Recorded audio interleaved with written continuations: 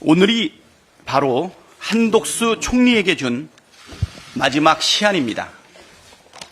내란숙의 윤석열의 꼭두각시라는 치욕스러운 이름으로 역사에 남느냐, 아니면 주권자 국민의 명령을 충실하게 수행한 공직자로 남느냐, 전적으로 한덕수 총리의 결단에 달려있다고 분명히 경고했습니다.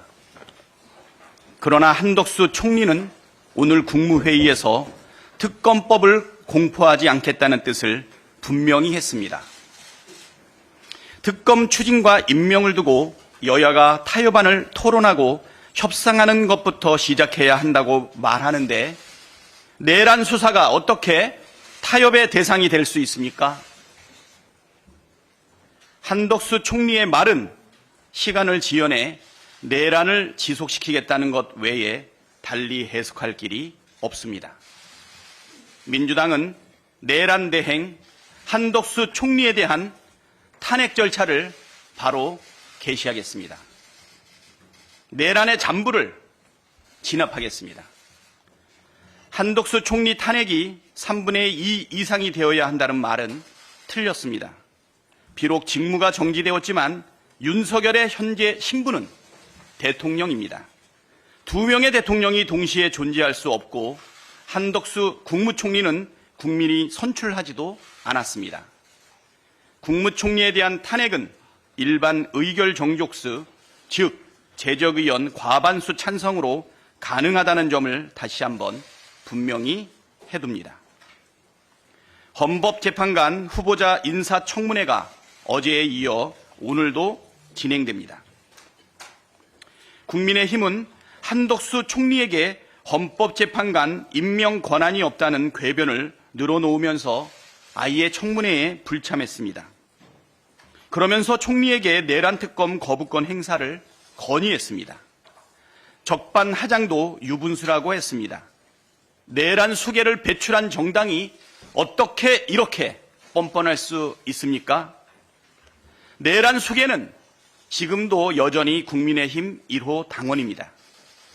국민의힘이 탄핵 심판과 내란 수사를 방해하고 내란 수개를 징계조차 하지 않으면서까지 비호하는 것은 내란 공조, 내란 공범임을 자인하는 것입니다. 31만 명이 넘는 국민께서 국민의힘 정당 해산 청원에 참여하셨습니다. 국민의힘이 계속해서 분노한 국민의 목소리를 외면하다가는 역사에서 사라질 것입니다. 내란 수계 윤석열과 그 일당들이 내란을 오래전부터 치밀하게 계획했다는 사실이 속속 드러나고 있습니다. 내란 수계 윤석열이 지난 3월 당시 국방장관 신원식, 국정원장 조태용, 경호처장 김용원을 안가로 불러 조만간 계엄을 하겠다고 언급했다는 보도가 나왔습니다. 자신의 실정으로 여당 지지율이 추락하자 아예 총선을 무산시키고 국회를 무력화하겠다는 정말 상상을 초월하는 충격적인 발상입니다.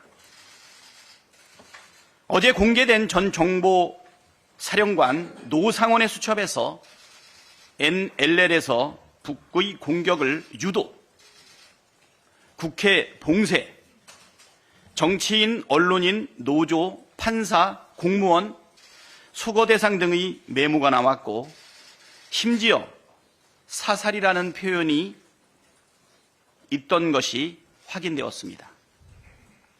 시대착오적인 북풍 공작이자 외환 유치까지 기획했고 주요 요인에 대한 사살까지 계획했다는 뜻 아니겠습니까? 한 줌도 안 되는 권력을 지키기 위해 윤석열과 그 일당들이 도대체 어디까지 일을 꾸미려 했는지 치가 떨릴 지경입니다. 헌법을 유린하고 군대를 동원해 국민의 기본권을 침해하고 국가를 위태롭게 만든 이들이야말로 반국가 세력이고 체제 전복 세력입니다. 이 자들을 이대로 내버려 둘 수는 없습니다. 내란 수계 윤석열부터 즉각 체포, 구속해야 합니다. 내란 공범과 잔당들 모두 내란 특검으로 단죄해야 합니다. 민주당은 12.3 내란 사태 진상 규명과 강력한 처벌을 위해 할 수 있는 모든 일을 다하겠습니다. 스픽스는 말하는 언론입니다. 대세는 유튜브, 그중에서 스픽스. 좋아요, 댓글, 구독, 알림 설정. 여러분이 저희를 사랑해 주시고 우리가 여러분을 사랑하는 4가지 방법입니다.